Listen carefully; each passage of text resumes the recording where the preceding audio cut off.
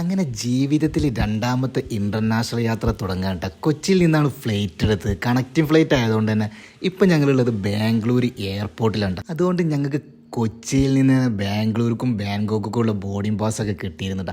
അപ്പോൾ ഇനി ഞങ്ങൾക്ക് ലഗേജ് നേരെ ബാങ്കോക്കൊക്കെ ചെല്ലുമ്പോൾ അവിടെ നിന്ന് എടുത്താൽ മതി കേട്ടോ. അപ്പോൾ ഇനി അടുത്ത ഫ്ലൈറ്റ് കയറുന്നതിന് മുന്നേ ബാംഗ്ലൂർ എയർപോർട്ട് ഒന്ന് ചുറ്റിക്കറങ്ങാം കേട്ടോ.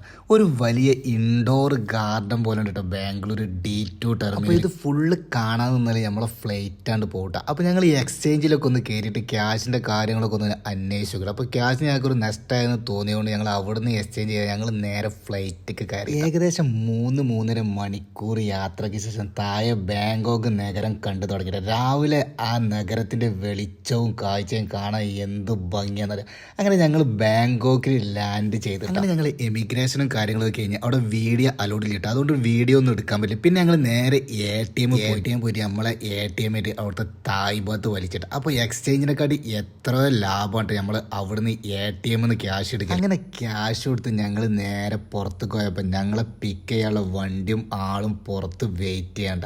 അങ്ങനെ വണ്ടിയിൽ കയറി താമസിക്കുന്ന സ്ഥലത്തേക്ക് പോയിക്കൊണ്ടിരിക്കേണ്ട. ഇനി ബാങ്കോക്കിലെ ബാക്കി കാഴ്ചകളൊക്കെ അടുത്ത വീഡിയോ ആയിട്ട് കാണാം. Okay, by.